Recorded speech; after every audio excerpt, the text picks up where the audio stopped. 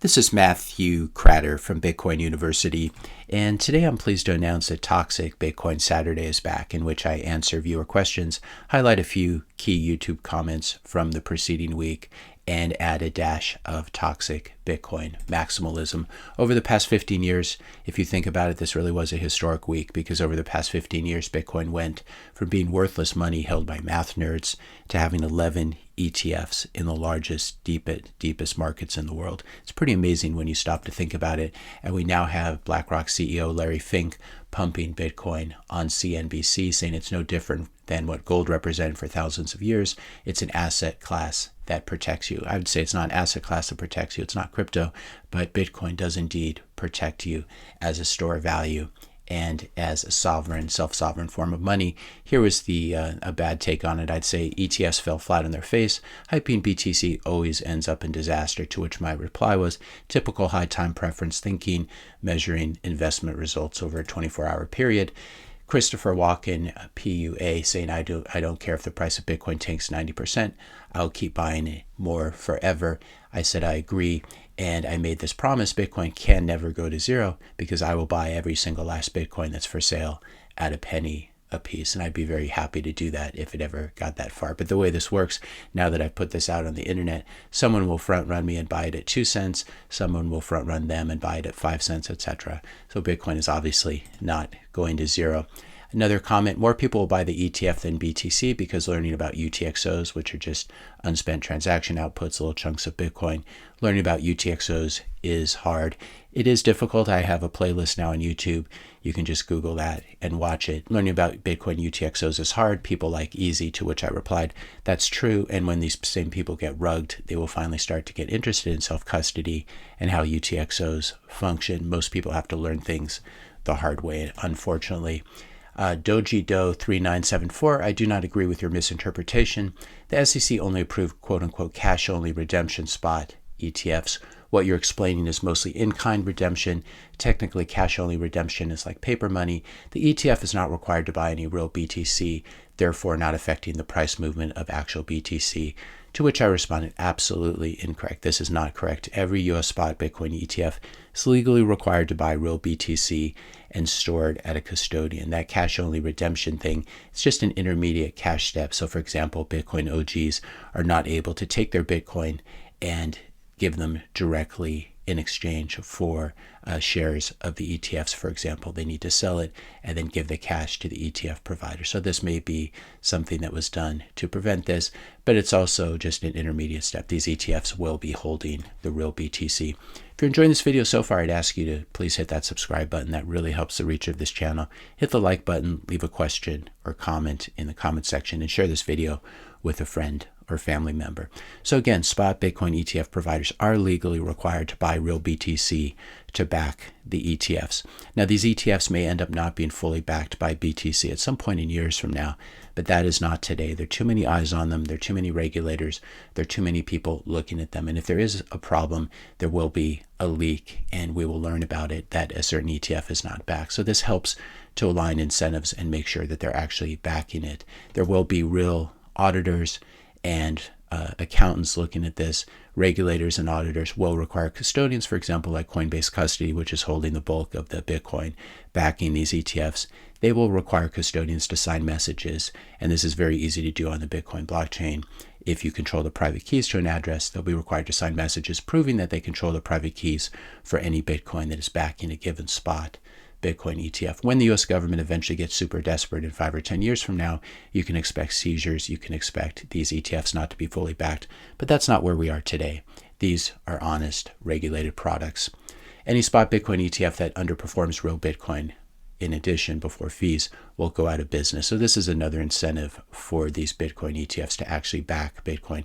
If Bitcoin all of a sudden goes from 43,000 to 100,000 in a series of days and your ETF is not holding real Bitcoin, you will be in big trouble. Your Bitcoin ETF will lag the price and you will lose all of your customers. There's also this arbitrage between each spot Bitcoin ETF and the underlying spot Bitcoin that helps to keep prices in line. So if one gets out of whack, an arbitrageur can short one, go long the other, and play the convergence, which I discuss in this comment. Corey Oliver 3182, I bet in the next couple of months the institutions will completely drain the OTC market. This will be quite interesting right before the halving. OTC market just stands for over the counter, and it's a fairly general term that includes just people holding Bitcoin that they may want to sell. Also includes OTC trading desks. I think this is less important than most people think. And as I mentioned in this comment, exchange traded market, OTC market, P2P market, peer-to-peer market, they're all basically one big market. Global Bitcoin is one big market because if it's trading at a higher price somewhere, you can always just move it and take advantage of that. You could buy it in a low price jurisdiction and sell it in a higher price jurisdiction, or you can buy it on Coinbase and sell it to an OCT trading desk if their Bitcoin's at a premium. And so these things tend to equalize. There's no magic about OTC, and some OTC desks, trading desks, actually go to exchanges to source their liquidity. What we may have seen, some of the selling over the past 2 days of Bitcoin, and very fierce selling, may have been driven by GBTC, Grayscale Bitcoin Trust liquidations. So if you were holding this and you've been holding it for many years, you could sell it, you can take the cash and buy Bitcoin itself, or you could just sell your GBTC, take the cash and buy another spot Bitcoin ETF that has a lower fee. So GBTC, they lowered the fee from 2% to 1.5%, which is still absolutely outrageous. All the other ETFs are more like 0.2, 0.3%, somewhere around that. And so there's this incentive to sell your GBTC and recycle the cash into another spot Bitcoin ETF. But you have to wait for it to settle, T+2 business days settlement before you can move it. And so this may explain why they're selling a BTC, which drags down the price of the ETFs as well. But what we might expect is some of this cash to come back in the market when the markets reopen, and Monday is a holiday, it's MLK Day, and so probably not until Tuesday will people be able to trade these ETFs. So expect at least some of the selling of BTC to get recycled back into BTC, either directly through BTC or indirectly through the ETFs over the next few days, especially when the US markets reopen on Tuesday. I made an argument about how we could have a huge short squeeze in Bitcoin because it is has such a thin order book, and this was one reason that the price moves so much. Apollonius 10 was arguing spot is not thin, spot is never thin, that's why the price is crashing. And as we talked about, GBTC are now dumping 500,000 extra Bitcoin into exchanges and onto OTC. I'm not sure it's quite that much, but it could be. It takes 10 minutes to get your coins off cold storage.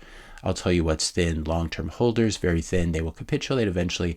And if they do wait the year for 100K, well, that's just 69K in 2021 money.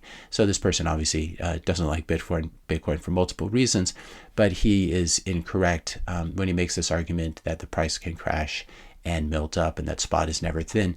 These large moves up and down, as I say in my comment, both suggest a thin spot price. And this is one reason why it's possible that just GBTC selling is responsible for this huge move in Bitcoin down from whatever it was, 47,000 down to 42 or 43,000. And this volatility works both to the upside and to the downside. At For Real saying I couldn't care, basically making fun of me in this video where I'm talking about the SEC and the approval of the Bitcoin ETFs, quoting me saying I couldn't care less about what regulators think about Bitcoin.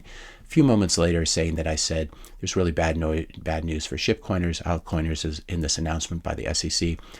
And at For Real says, I guess their opinions don't matter when it's BTC, but they do matter when it's altcoins. Lol. So in reality, whatever opinion suits you. Lots of wonderful emojis here. My response, I tried to make it very simple. SEC can destroy altcoins or shitcoins. SEC cannot destroy Bitcoin. I hold Bitcoin, so I don't care about the SEC. You hold shitcoins, so you should care about the SEC. I'm trying to explain this like you're 5 because that is probably your reading level. Another comment from a Bcasher, Harry G35, Bcash living rent-free in the heads of toxic BTC maxi channels like this one. Laughing emoji, laughing crying emoji. That's funny, my response. That's funny because you are posting here and known from my channel is posting on a Bcash channel. User, I'm not even going to try to say the username. Why is so, and this would be a good example of someone who's super black-pilled. Why is everyone so interested in the future when we're all temporary now that Bitcoin is heavily taxed? It makes sense to go back to fiat and comply until you die. Probably an ironic comment, but in case it's not, I responded, if you want to be a fiat slave, I can't stop you. Another comment from Serge Party King Tech 5923. So I'm not a die-hard crypto person. It's just part of my investment strategy. I don't worry about the boogeyman like so many libertarians in the crypto space do. All I care about is when I gain off the investments. I have some crypto in my personal wallets. I have a lot of investment portfolio in the traditional space. If I ever get to the point, words, extreme amount of money, I definitely will not leave it in the crypto wallet unless it's insured somehow. So he wants to really rely on the traditional fiat system to protect his crypto or Bitcoin, which is obviously a big mistake. ETFs do allow me to add these things to my retirement accounts, which I appreciate, etc., etc. My response, you don't have to be a libertarian to still understand that bank accounts, brokerage accounts, etc. can all be frozen when you need them the most. If you're holding gold in a bank vault in the U.S. in 1933, the investment gains didn't accrue to you because the U.S. Treasury took your gold. Investment insurance for investment products is pretty worthless because in a large financial event, the insurers will not be able to make you whole, and there's usually not enough coverage for a large brokerage account and the supplemental insurance, as well as for these investment products. Most people need to experience really bad things before they can understand why self-sovereignty is so important. When it comes to people's own possessions, once they learn this lesson, everyone becomes a libertarian, at least not in their voting necessarily, but in how they protect their own private property from their governments. A question from Sean Bennett 912, is there a way to un-KYC your sats, if that makes sense? KYC is just when you have to provide personal information when you buy Bitcoin. Does just creating a new address and sending your sats to the new address do the job? My response, there's no way to un-KYC your sats since the original purchase record is tied to your Bitcoin withdrawal address and is stored by the exchange and probably shared with the IRS and other government entities. Doing a coinjoin will give you forward privacy when spending, but will not erase the record of a KYC purchase. That's very important to notice. Another comment from @TU8Z. Hey Matt, can you confirm for me that once I have my private key backed up, I can break my hardware device as many times as I like, using the private key backup phrase to restore the wallet back into any new hardware device?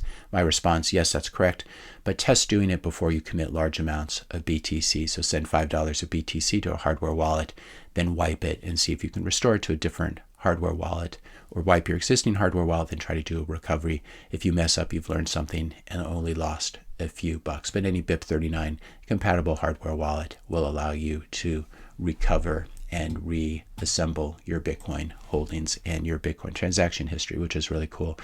Zachary Smart 8810. As you know, investing in real estate lets you leverage and effectively short the US dollar in a way that is not mark to market. Real estate is a very effective investment vehicle to short US dollars. I was talking about Bitcoin in this video or at least the Bitcoin ETFs as a way of being short the US dollar. And if you hold the ETFs, it's basically just a synthetic short in the US dollar, and you don't have a lot of the self-sovereign qualities that you have when you actually own Bitcoin and can send it to anyone rather than having it trapped inside of a custodian, inside of an ETF, inside of your brokerage account, inside of the US banking system. My response to this assertion that real estate is a good way to short the US dollar, I agree, yes, but not as effective once you factor in property taxes, annual insurance, maintenance, selling fees, trading fees of 6 to 7%, once you count realtor commissions, title, escrow, house inspection, sewer inspection, roof inspection, septic inspection, etc. Also, real estate is much easier to confiscate. All it takes is some police tape around your house and you can no longer enter it without going to jail. Real estate is also not mobile, so if your country or neighborhood goes down the drain, you've got a problem. And then there was another response to this saying, on top of that, here in California, they continue to pass new laws and city ordinances favoring tenant and I think punishing landlords to the point that it's not worthwhile to invest in rental properties. Too much risk, too little reward. So we've talked about this at various points in the channel, that how Bitcoin is really going to replace real estate for many people as a store of value that has some more favorable attributes. I criticized gold in this video. Ryan Faros 8827 responded, I don't understand the slander on gold. quote unquote holding gold attracts thieves. Well, if there's only 21 million Bitcoin, I don't have to steal yours. I have to just remove it from circulation permanently, if you catch my drift. What he's talking about is killing Bitcoiners. Then my Bitcoin will be worth more. You all have bounties on your head now, lol. Quite a bold thing to say on YouTube here. My response: thanks for letting the internet know that you hold physical gold in your house, which Ryan Varos clearly does. Hopefully he's not using his real name there. Summer Breeze 5115, Bitcoin is too good to be true. What's the catch? And my response was, the catch is that it's difficult to understand and really difficult to hodl because it's volatile and requires people to learn how to self-custody. Most people don't value self-sovereignty, and most people are too lazy to learn how to hodl Bitcoin. So this is one reason it's not too good to be true. Holding Bitcoin is very, very difficult, as we've all seen if you've been holding it for the past 2 years from the November 2021 peak. It has not been a fun ride. People will look back and say, oh, you guys had it so easy. You made so much money by doing nothing. That's the point of view from the future looking back. But when you're experiencing it in real time, hodling Bitcoin is very difficult. And this is one reason you get paid so much to hodl it by the markets, because it is so volatile. That's one way of looking at it. Finally, question, if BTC goes to 1 million, will you still make videos? My response was yes, I'll still keep making videos, but they will all be about how to raise cows and chickens and make your own wine. So let's hope we don't get to $1 million Bitcoin too soon, because I only mean that half in jest, and I know nothing about raising cows at this point. If you enjoyed this video, be sure to hit that subscribe and like buttons. Hit the notification bell if you want to be notified when I publish my next video, and let me know your questions and comments in the comments section below. Thanks a lot for watching, and I'll see you in the next video.